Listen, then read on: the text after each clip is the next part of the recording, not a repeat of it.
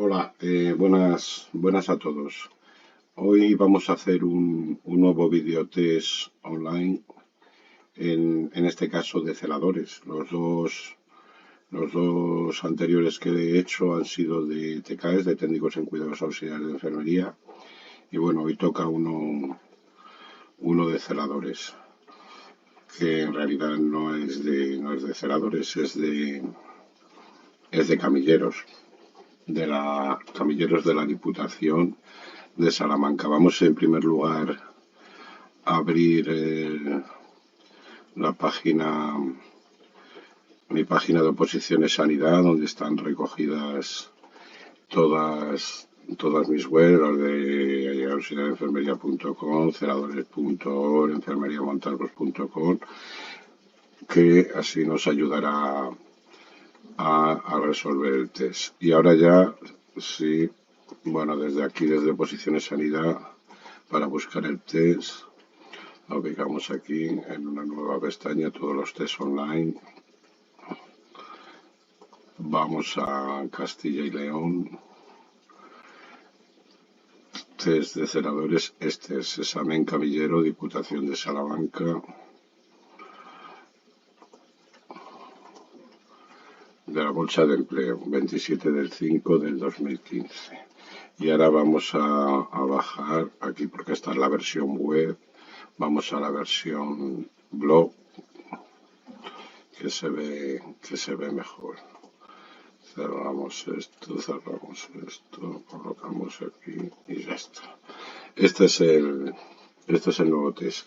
Ya os digo que no es exactamente de celadores, sino de camilleros, la bolsa de empleo de camillero de la Diputación de Salamanca para la constitución, un examen para la constitución de una bolsa de empleo del 27 de mayo del 2015. En realidad, los camilleros de la Diputación de Salamanca que trabajan en la residencia asistida provincial tienen las mismas funciones de los celadores, así lo disponen en su normativa, ¿no? Que hace incluso referencia al Estatuto de Personal No Sanitario. Entonces, por eso da igual, aunque la denominación sea camillero, las funciones específicas son las de los celadores. Es el test de celadores número 165. Bueno, vamos a comenzar. 1. Por ser preciso atender el cuidado de un familiar de primer grado, el funcionario tendrá derecho a solicitar una reducción de hasta el 50% de la jornada laboral, con carácter retribuido, por razones de enfermedad muy grave. A. Por el plazo máximo de 3 meses. B. Por el plazo máximo de 2 meses. C. Por el plazo máximo de 1 mes. Y D. No existe tal derecho en los términos expresados, puesto que se practica el descuento de la parte proporcional del sueldo. Bueno, la respuesta correcta es la C, ¿no?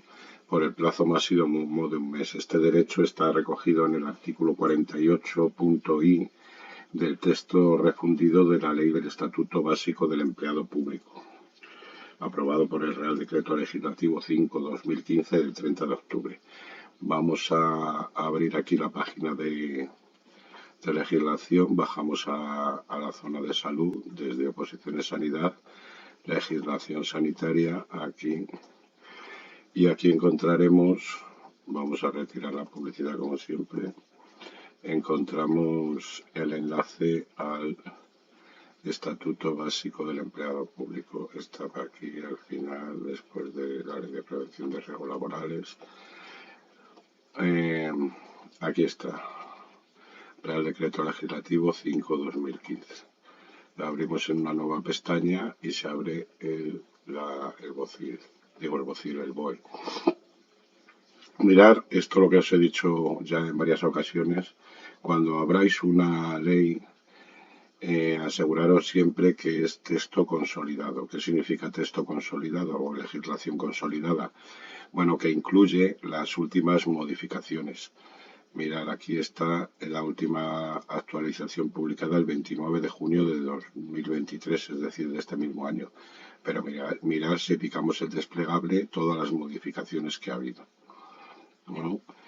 Y bueno, si buscamos el artículo a que os he hecho referencia, el 48.i, El 48 se refiere el artículo 48 a los permisos de los funcionarios públicos y el I hace referencia a la pregunta esta. Por ser preciso atender el cuidado de un familiar de primer grado, el funcionario tendrá derecho a solicitar una reducción de hasta el 50% de la jornada laboral, con carácter retribuido, por razones de enfermedad muy grave y por el plazo máximo de un mes.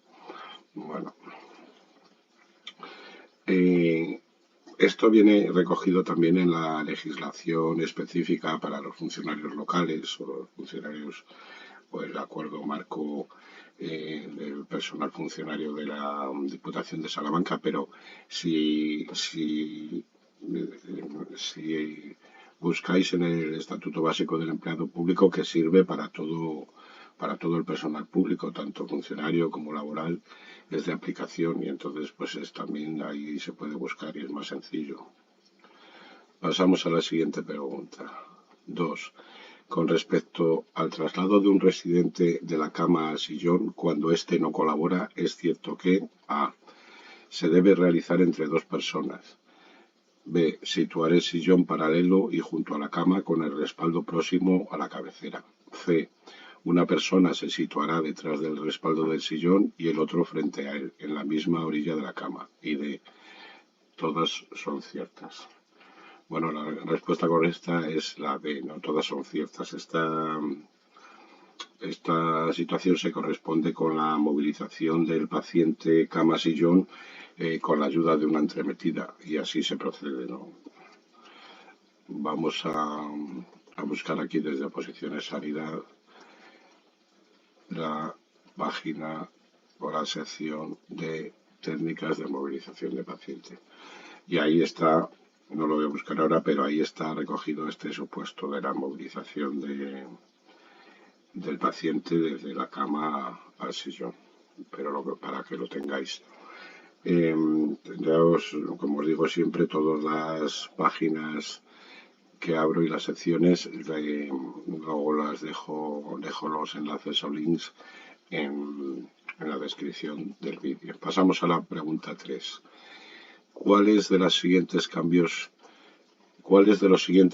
en el envejecimiento predisponen a las caídas? Señale la respuesta correcta. A. Angioesclerosis del oído interno. B. Enlentecimiento de los reflejos de enderezamiento.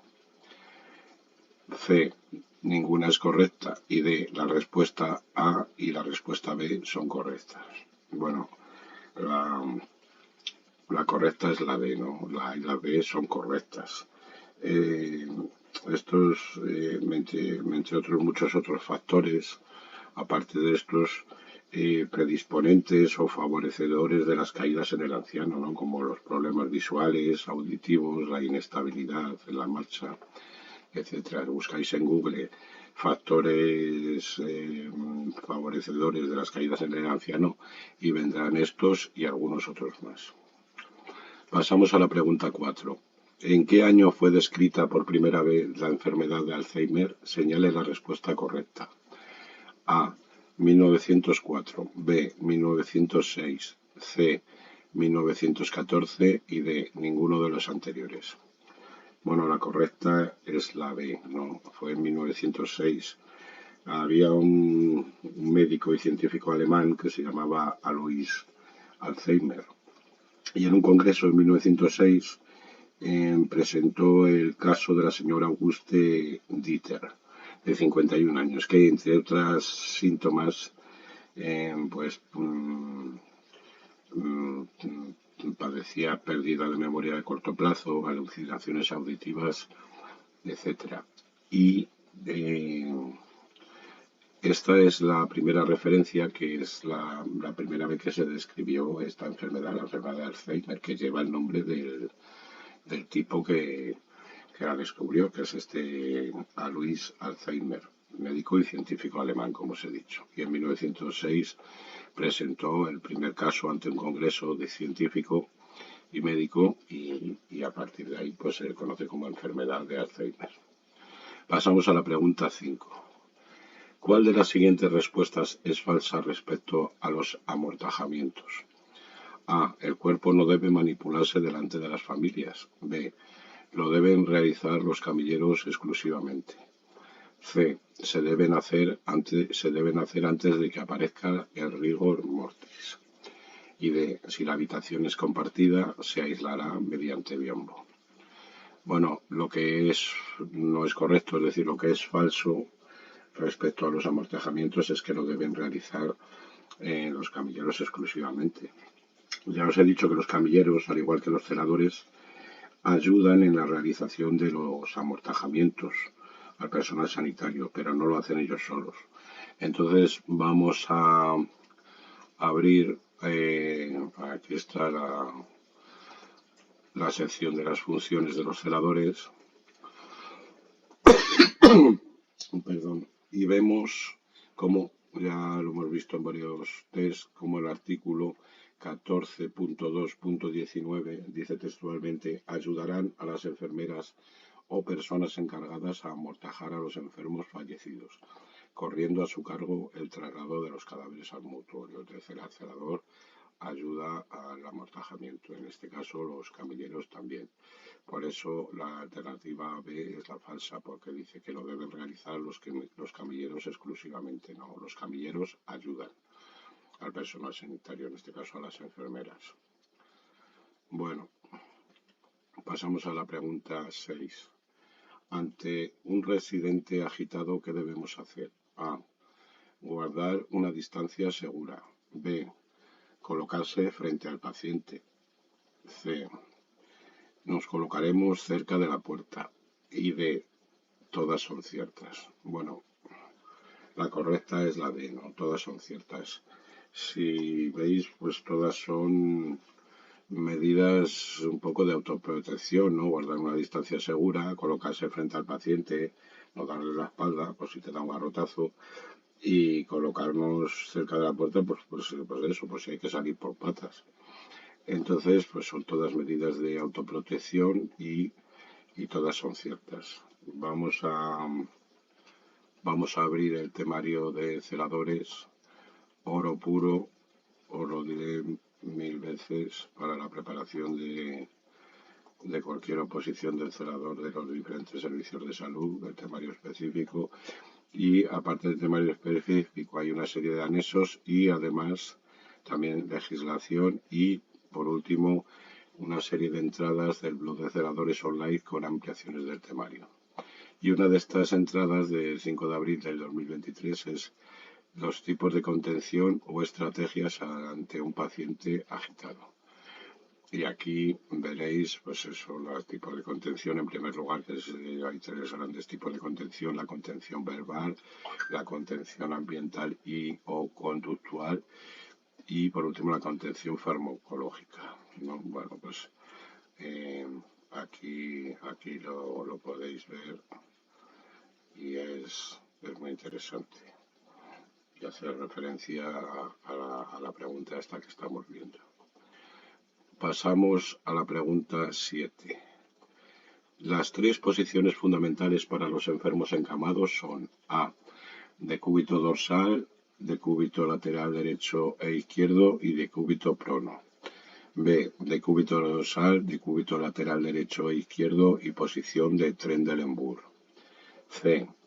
Decúbito lateral derecho e izquierdo, decúbito prono y posición de Morestin.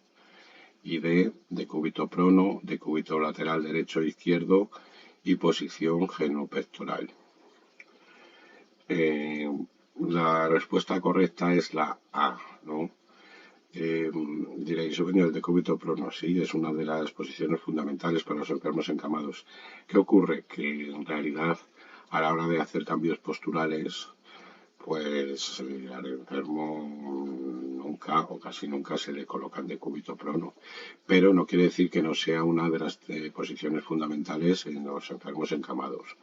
Por un lado, decúbito supino o dorsal, es decir, tumbado boca arriba, los decúbitos laterales izquierdo y derecho, y el decúbito prono o ventral o tumbado boca abajo.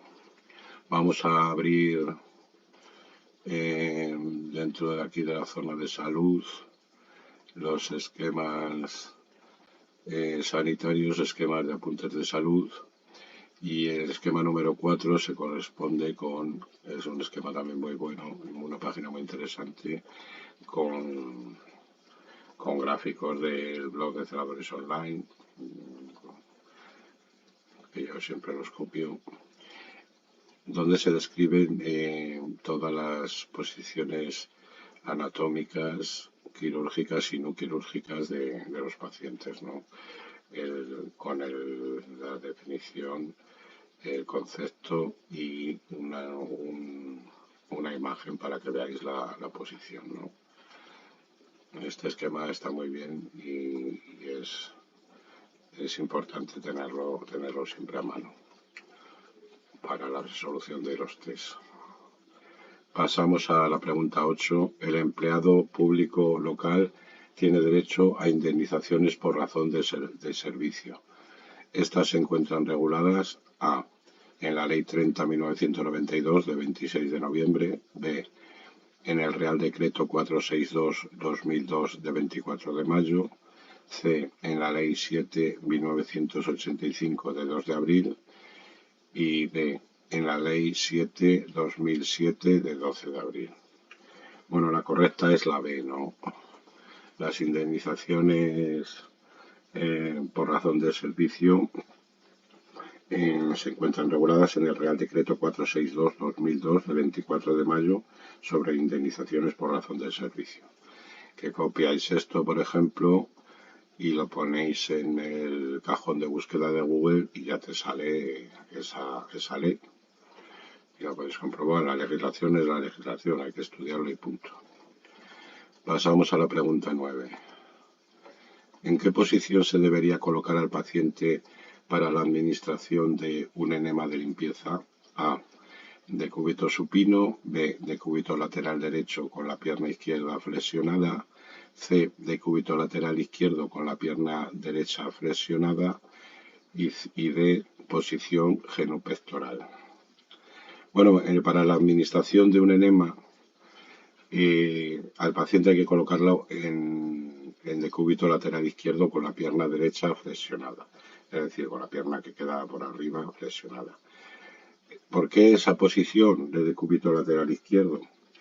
Porque esta postura es la que facilita que el líquido fluya mejor por gravedad a lo largo de todo el sistema intestinal, por el intestino, es decir, por el colon sigmoideo y el colon descendente que se encuentran en el lado izquierdo y favorece pues entonces la retención del mismo del enema, ¿no? Para que haga su efecto. Mirad, si queréis vamos a abrir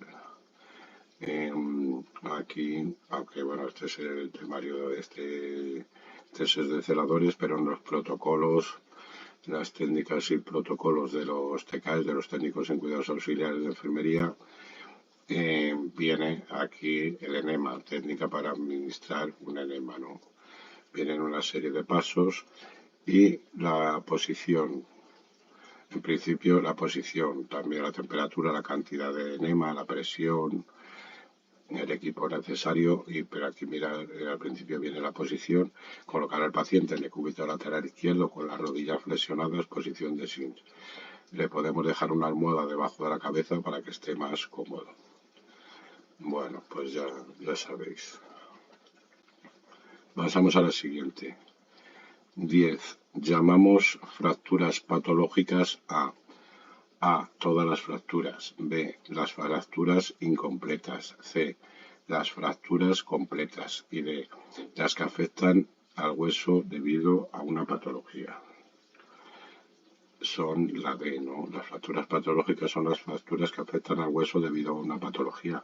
Es que en la fractura patológica la ruptura sucede de forma espontánea, no es por una caída ni por un golpe, etcétera, es por la patología que tiene el propio hueso, el propio individuo, ¿no? Vamos al temario de celadores y ahora sí vamos a abrir uno de los temas, no ampliaciones del temario, sino un tema propiamente dicho, en concreto el tema 29 de primeros auxilios, donde viene el tema este de las fracturas, también las contusiones, las heridas, veis ahí las hemorragias, hemorragias,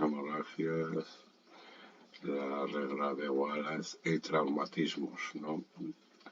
Que los traumatismos pueden ser, pues eso, fracturas, esguinces, luxaciones, distensión muscular. Y dentro de las propias fracturas, mirar todos los tipos de fracturas y las características que hay, ¿no? Completa, incompleta, abierta, cerrada, con minuta impactada, de compresión, entallo verde por arrancamiento, por hundimiento transversal, oblicua, espiral y por último viene la patológica, que en las características dice que la ruptura sucede de forma espontánea, es decir, por la propia patología que, que tiene el individuo, ¿no? O eso. Bueno, pasamos a la pregunta número 11. Una de las actuaciones ante una crisis convulsiva va dirigida a evitar que el paciente se lesione. Señala cuál de las siguientes no es correcta. A. Es imposible detener las convulsiones una vez que se inician y no se debe intentar hacerlo. B. Se debe sujetar fuertemente al paciente. C. Si el paciente está de pie o en una silla y se puede llegar a tiempo, se le debe colocar de inmediato en el suelo. Y D. Se evitará que se golpee contra objetos que puedan causarle lesiones. Bueno, mirar qué dice la pregunta, dice señalar cuál de las siguientes no es correcta ante una actuación, ante una crisis convulsiva. La que no es correcta es que se debe sujetar fuertemente al paciente. Perdón, la B. No se debe sujetar fuertemente al paciente, hay que dejarlo porque que convulsione, ¿no? Lo que sí se le debe hacer es que intentar, pues, tumbarlo en el suelo, colocarlo de lado en posición de seguridad y pues, también, pues, retirar los objetos para que le puedan lesionar, para evitar que se lesione, ¿no? Pasamos a esto, vamos a ver también un esquema de estos míos pequeños de la colección de esquemas de apuntes de salud y es el esquema de primeros auxilios, el esquema número 7. A ver, lo abrimos en una pestaña nueva y es un esquema muy esquemático a la redundancia, donde se describen situaciones y la actuación básica que hay que realizar en esa situación concreta. En concreto, mirar aquí las convulsiones. Pues dice, no impedir los movimientos, ponerle tumbado donde no pueda hacerse daño, impedir que se muerda la lengua poniéndole un pañuelo doblado entre los dientes, pero no abrirle la boca por la fuerza. Mucha gente cuando ahí ve una crisis convulsiva enseguida sacan lo de la lengua, bueno, tampoco es tan importante, ¿no? Porque hay gente que son bestias y le ponen ahí un palo en la boca como si fuera un perro el enfermo o el paciente, ¿no? No, si se le puede abrir la boca y se le puede colocar un pañuelo o algo blando para evitar que se la muerda, pero tampoco hay que abrirla a la fuerza y meterle ahí algo duro, ¿no? Bueno, pasamos a la siguiente pregunta. Bueno, como ya os digo que lo que es incorrecto ante una crisis convulsiva es que se debe sujetar fuertemente al paciente. Eso no es correcto. Pasamos a la cuestión número 12. Cuando hablamos de enfermedad de Alzheimer, ¿cuál es el factor de riesgo más importante? A. La herencia. B. El sexo. Las mujeres parecen ser más propensas que los varones. C. La edad. Y D. Ninguna es correcta. Bueno, el factor de riesgo más importante es la edad. Cuanto mayor edad, pues más papeletas tenemos, ¿no? De padecer Alzheimer, aunque también ahora hay que decir que cada vez está apareciendo gente más joven con Alzheimer. Vamos a buscar aquí en la zona de salud de oposiciones sanidad. Abrimos la sección de dossiers, de dossiers de sociosanitarios y el dossier número 2 está dedicado al Alzheimer. Es un dossier bastante completo. No sé de dónde lo copié, porque yo lo copio todo, pero bueno, lo copio, pero aquí aquí está la fuente. Al final siempre pongo la fuente de donde he copiado las cosas. No penséis que soy un pirata total. Mirar, aquí lo pone. Gentileza de Lumbeck, España, Sociedad Anónima, Avenida de Diagonal 605, tal. Que el Lumbeck pues eran unos laboratorios o algo que produzcan algún medicamento contra el Alzheimer. Bueno, este es bastante interesante, este dossier. Incluye información y una guía práctica de cuidados, ¿no? O sea, para los familiares o para los cuidadores de personas con Alzheimer. Bastante interesante. Pasamos a la siguiente pregunta, la 13. El título preliminar de la Constitución española se recogen, no, perdón, en el título preliminar de la Constitución española se recogen los principios generales. Por su parte, en el artículo 3 de este título se establece a la unidad y el fundamento constitucional del nuevo sistema autonómico. B. La bandera de España y de las comunidades autónomas. C. El castellano como lengua oficial y las demás lenguas oficiales. Y D. La capital del Estado. Bueno, la respuesta correcta es la C, ¿no? En el artículo 3 se recoge el castellano como lengua oficial y las demás lenguas oficiales. Mirar, vamos a ver aquí el apartado este que abrimos antes de legislación y que incluye, por supuesto, la Constitución española de 1978. Abrimos y aquí viene el índice de títulos. Nos dice que miremos el título preliminar y en concreto el artículo 3, que fijaros está de actualidad con todo esto de los pinganillos y en el Congreso de los Diputados y las lenguas cooficiales, etcétera. Veamos qué dice el artículo 3 íntegramente. Artículo 3. El castellano como lengua oficial y las demás lenguas oficiales. 1. El castellano es la lengua española oficial del Estado.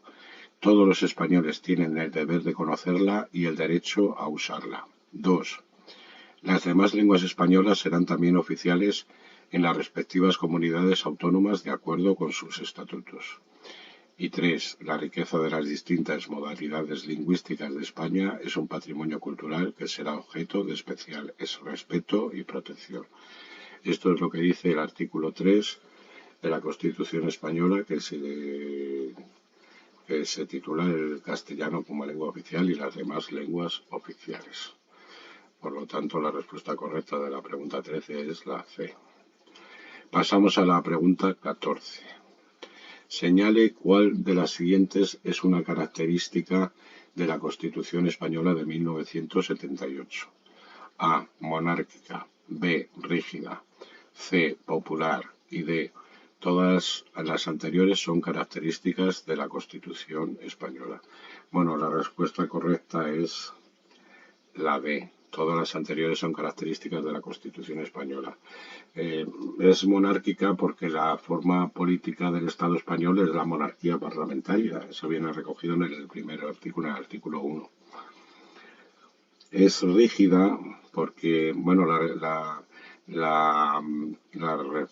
reforma de la Constitución, hay varios tipos de reformas ordinarias o reformas esenciales.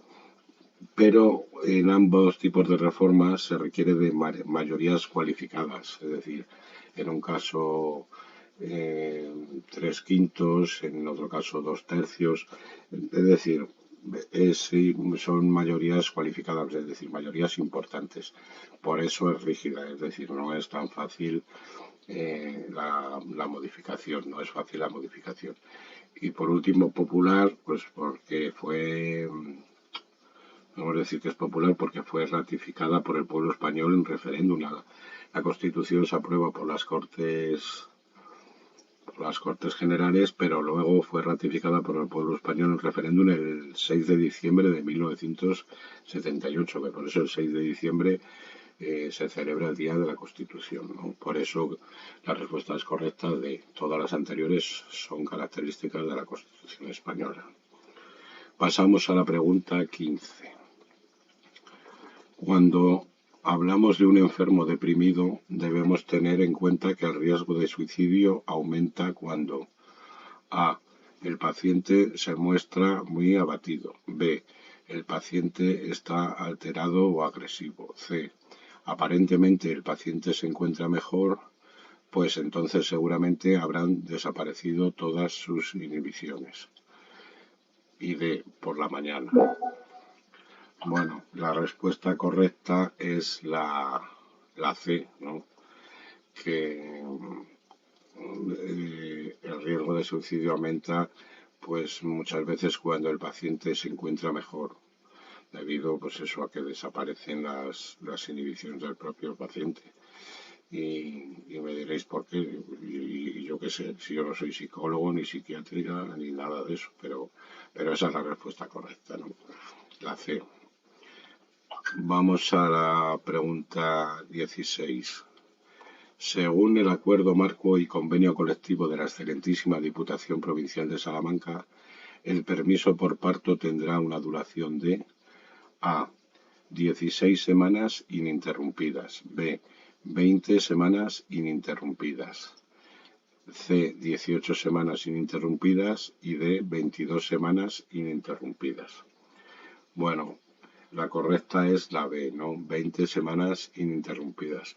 Fijaros que en esta pregunta hacen referencia a dos tipos o a dos tipos de legislación. Por un lado el acuerdo marco y por otro lado el convenio colectivo de la Excelentísima Diputación. Lo podéis buscar en internet. Por un lado está el acuerdo marco para el personal funcionario de la Excelentísima Diputación Provincial de Salamanca, que es de aplicación al personal funcionario, como su propio nombre indica, y por otro lado, el convenio colectivo para el personal laboral de la Excelentísima Diputación Provincial de Salamanca. Pero en ambos, pues viene recogido que el permiso por parto tendrá una duración de 20 semanas ininterrumpidas. Esto es legislación y hay que estudiarla. Pero de aquí, ¿qué podemos sacar de esta pregunta? Bueno, que el personal laboral se rige por un convenio colectivo y el personal funcionario por un estatuto marco, un acuerdo marco o otro tipo de leyes, pero los convenios son para el personal laboral. Pasamos a la pregunta 17. El artículo 49 del Acuerdo Marco para el personal funcionario de la Diputación de Salamanca establece las indemnizaciones por daños en vehículos para aquellos trabajadores que por razones del servicio utilicen medios propios para su desplazamiento al lugar de trabajo y sufran daños en su vehículo en acto de servicio. Cuando el vehículo es declarado como siniestro total, se indemnizará a el 60% del valor venal declarado a tal efecto. B. El 70% del valor venal declarado a tal efecto. C. El 65% del valor venal declarado a tal efecto. Y D. El 40% del valor venal declarado a tal efecto. Bueno, la pregunta es, la respuesta correcta es el 60% del valor venal declarado a tal efecto, ¿no? Y esto, pues eso, está recogido en el artículo 49 del Acuerdo Marco del personal funcionario de la Diputación de Salamanca. Hay que estudiarlo. De esta pregunta, ¿qué podemos destacar? Bueno, esto del valor venal. ¿Qué es el valor venal? Pues es, por ejemplo, el valor venal de un coche es el valor que tenía ese coche en el momento anterior a producirse el siniestro, es decir, el valor que tendría para su venta. Que eso luego está estipulado pues por la matrícula, por los años de antigüedad, etcétera, sobre todo. Entonces, ese artículo del acuerdo marco establece las indemnizaciones, en este caso del 60% del valor venal declarado a tal efecto en caso de siniestro total. Bueno, pasamos a la pregunta 18. Un residente con fractura de cadera al que se le ha colocado una prótesis total de cadera se le sentará a. Procurando sentarlo en una silla o sillón bajo para que la cadera quede flexionada más de 90 grados. B. Sentar al residente con las rodillas más altas que la cadera. C. Ninguna es correcta y D, aducir la pierna operada. Bueno, la opción correcta es la C, ¿no? Es decir, ninguna de las opciones es correcta. Para sentar a un paciente con una prótesis total de cadera, pues hay que sentarlo en una silla firme que tenga un respaldo recto y con reposabrazos. Hay que evitar las sillas blandas o las mecedoras, tampoco los taburetes o los sofás, donde hay que bajar mucho al paciente y las rodillas quedan más altas que la cadera. Siempre tiene que quedar, eh, las caderas deben estar más alto que las rodillas cuando esté sentado. Y evitar sillas que sean demasiado bajas, por eso, porque si es demasiado bajo, la rodilla queda más alta que la cadera.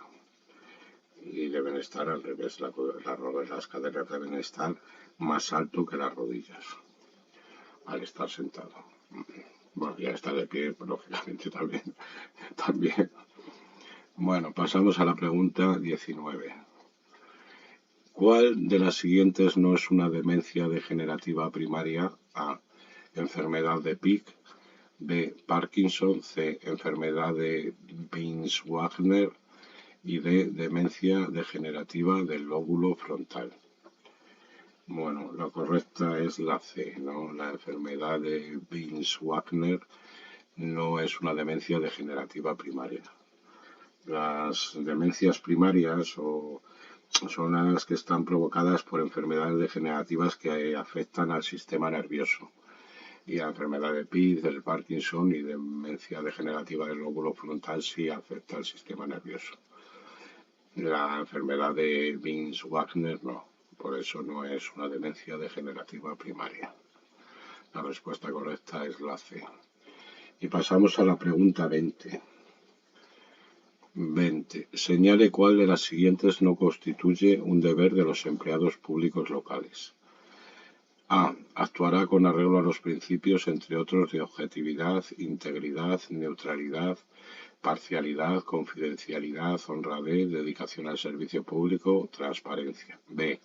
Actuará con arreglo a los principios, entre otros, de integridad, neutralidad, imparcialidad, confidencialidad, dedicación al servicio público, subjetividad, transparencia y ejemplariedad. C. Actuará con arreglo a los principios, entre otros, de objetividad, integridad, neutralidad, imparcialidad, confidencialidad, transparencia, eficacia y honradez. Y D. Actuará con arreglo a los principios, entre otros, de integridad, neutralidad, imparcialidad, confidencialidad, dedicación al servicio público, subjetividad, transparencia, ejemplaridad, promoción del entorno cultural y medioambiental. Bueno, deciros que esta pregunta está anulada por el tribunal y la han anulado por una cuestión, porque se han confundido en el enunciado de la pregunta. Dice la pregunta: señale cuál de las siguientes no constituye un deber de los empleados locales. Y debería decir: señale cuál de las siguientes constituye un deber de los empleados públicos locales. Porque aquí da como correcta la opción C, ¿no? ¿Y qué vemos? Que, por ejemplo, en la opción A, pues viene la palabra parcialidad. La parcialidad no es un deber de los empleados públicos. En la B viene la palabra subjetividad. Tampoco es un deber, sino que el empleado debe ser objetivo, igual que debe ser imparcial. Por eso esto no es. Y la D también pues vemos la palabra subjetividad. El empleado público debe ser objetivo. Y la que es cierta es la C, que actuará con los arreglos a los principios, entre otros, de objetividad, integridad, neutralidad, imparcialidad, confidencialidad, transparencia, eficacia y honradez. Pero como la pregunta dice textualmente: señale cuál de las siguientes no constituye un deber de los empleados públicos, las correctas serían la A, la B y la D. No lo hace como pone aquí, por eso el tribunal la ha anulado, porque se han confundido en el enunciado. Si el enunciado fuese señalar cuál de las siguientes constituye un deber de los empleados públicos, sí que sería correcto esto, la C. porque estas ya os he dicho que vienen unos conceptos que no se corresponden con las capacidades o los requerimientos del empleado público, ¿no? Por eso está anulada la pregunta por el tribunal. Bueno, pasamos a la siguiente. No quiero enrollar. 21. Entre los signos tardíos de la muerte se encuentran A. Enfriamiento del cadáver. B. Aparición de livideces. C. El pulso desaparece a la palpación. Y D. A y B son ciertas. Bueno, deciros que hay signos precoces y tardíos de muerte. Aquí se refiere entre los signos tardíos. Y la respuesta correcta es la de A y B son ciertas, es decir, el enfriamiento del cadáver y la aparición de livideces son signos tardíos de muerte. Vamos aquí a abrir desde funerarios.net, es decir, Posición de Sanidad, en el apartado de funerarios, los conceptos básicos. Conceptos básicos sobre cuidados paliativos, muerte digna, eutanasia, etcétera. Esto está en la página de funerarios.net, en mi página. Todo esto que hablo son de mis páginas. Y aquí vamos a bajar hasta abajo en este diccionario y los signos precoces y tardíos de muerte. Aquí están los signos precoces de muerte, que son los que aparecen inmediatamente después de la muerte, que son todos estos, y los signos tardíos, que son estos, el algor mortis, rigor mortis o rigidez cadavérica, el livor mortis o livideces cadavéricas. Bueno, pues ya habéis visto ese nuevo apartado que también es los conceptos básicos de cuidados paliativos, de eutanasia y de muerte digna. Luego la alternativa correcta es la B. A y B son ciertas. El enfriamiento del cadáver y la aparición de livideces son signos tardíos de muerte. En cambio, cuando el pulso desaparece a la palpación es un signo precoz. Pasamos a la pregunta 22. ¿Es función del camillero en el amortajamiento? A. Registrar en la historia clínica el día y la hora del fallecimiento. B. Una vez amortajado, trasladar el cadáver del residente al tanatorio con la mayor discreción posible. C. Notificar el exitus a la administración del centro. Y D. Desconectar y retirar catéteres, sondas, etcétera, si los tuviera. Bueno, lo que es correcto es la B, ¿no? Que es trasladar el cadáver al mortuorio. Ya ha aparecido una pregunta referida a esto y ya os digo que es igual las funciones de los camilleros, es igual que las funciones de los celadores respecto al amortajamiento y vienen recogidas en el artículo que vemos aquí, 14.2.19 del Estatuto de Personal No Sanitario, que dice que ayudarán a las enfermeras o personas encargadas a amortajar a los enfermos fallecidos, corriendo a su cargo el traslado de los cadáveres al mortuorio. Bueno, pasamos a la pregunta 23. Los empleados públicos tienen derecho a la negociación colectiva, representación y participación institucional para la determinación de sus condiciones de trabajo. Por participación institucional se entiende a.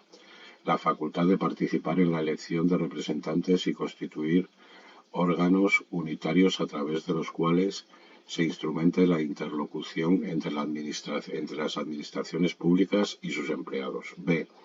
El derecho a participar y negociar la determinación de condiciones de trabajo de los empleados de la administración pública. C.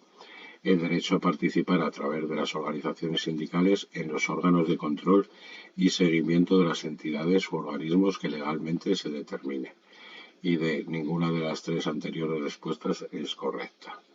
Bueno, la respuesta correcta es la C, ¿no? Esta es una de los derechos de los empleados públicos, el derecho a participar a través de las organizaciones sindicales en los órganos de control y seguimiento de las entidades o organismos que legalmente se determinen, pero no negociar la determinación de las condiciones de trabajo de los empleados, que eso corresponde a la administración siempre. Igual que en las empresas, también la determinación de las condiciones de trabajo corresponde a la empresa y no a los sindicatos o los representantes de los trabajadores, pues en la administración la determinación de las condiciones de trabajo corresponde a la administración pública, no a los sindicatos ni a los representantes de los trabajadores, aunque ellos tengan derecho a ser informados, etcétera, etcétera, pero la determinación de las condiciones siempre corresponde a la empresa, en el caso de la empresa privada, o a la administración pública, a la administración. Bueno, pasamos a la pregunta 24. Dentro del permiso por adopción o acogimiento, tanto preadoptivo como permanente o simple, si fuera necesario desplazamiento previo de los progenitores al país de origen del adoptado, en los casos de adopción o acogimiento internacional se tendrá derecho, además, a un permiso de A. Hasta 2 meses de duración, percibiendo durante este periodo exclusivamente las retribuciones básicas. B. Hasta 2 meses de duración, percibiendo durante este periodo las retribuciones básicas y el importe del complemento de destino. C. Hasta 1 mes de duración, percibiendo durante este periodo las retribuciones íntegras. Y D. Hasta 2 meses de duración, percibiendo durante este periodo las retribuciones íntegras. Bueno, la respuesta correcta es la A. El funcionario tiene derecho hasta 2 meses de un permiso hasta 2 meses de duración, percibiendo durante este periodo exclusivamente las retribuciones básicas. ¿Esto dónde está recogido? Pues en el acuerdo marco para el personal funcionario de la Diputación Provincial de Salamanca, pero también en el texto refundido del EBET, del Estatuto Básico del Empleado Público. Es legislación y hay que estudiarla, ni más ni menos. Y ya pasamos a la última pregunta, luego quedan 2 de reserva. La última pregunta, la 25, el complemento específico está destinado a retribuir a el interés o iniciativa con que el funcionario desempeñe su trabajo. B. El especial rendimiento. C. Las condiciones particulares de algunos puestos de trabajo. Y D. Ninguna de las anteriores respuestas es correcta. Bueno, la 25, la respuesta correcta es la C, ¿no? El complemento específico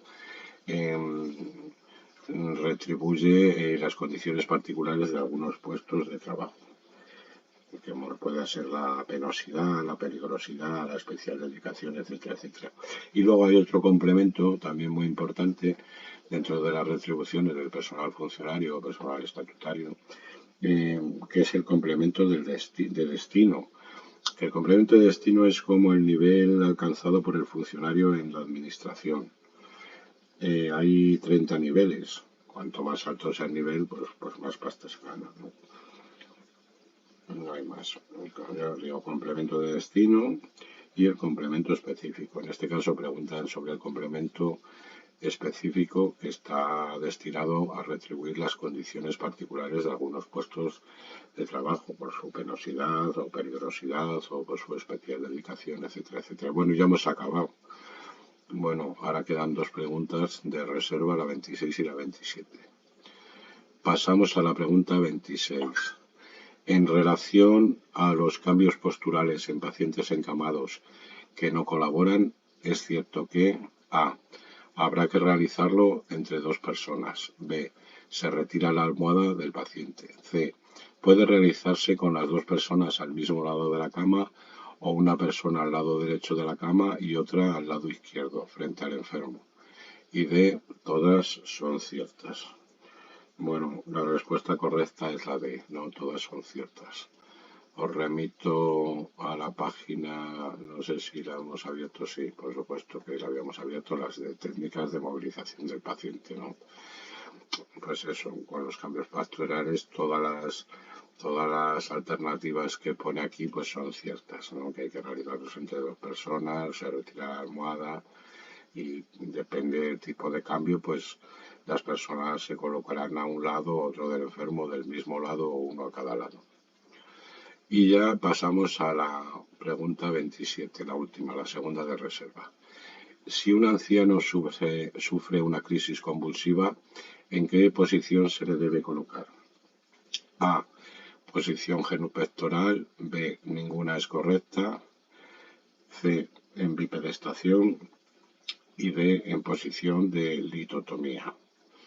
Bueno, la alternativa correcta es la B, ¿no? Ninguna es correcta, porque mirar en el esquema de posiciones anatómicas cuáles son la posición genopectoral, que es ahí a cuatro patas, con el culo en pompa, en bipedestación, que es de pie, la posición de litotomía, que es tumbado en decúbito supino con la cabeza colgando fuera de la cama.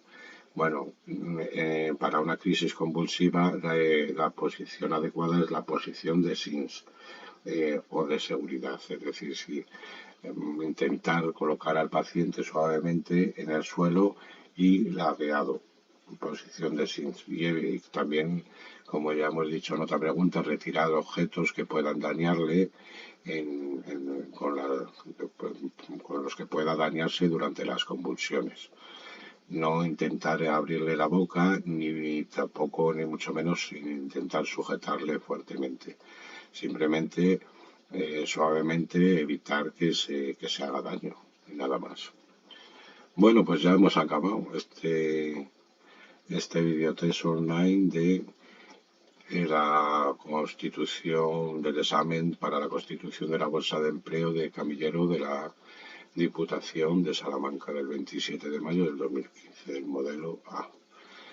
Y nada más, hasta un próximo vídeo que no sé si será también de celadores o de TKIs, porque iré intercalando unos u otros. Nada más, si os ha gustado el vídeo, os ha parecido interesante el contenido, darle a un like y suscribiros al canal para estar informados de nuevos vídeos. Hasta el próximo vídeo. Adiós.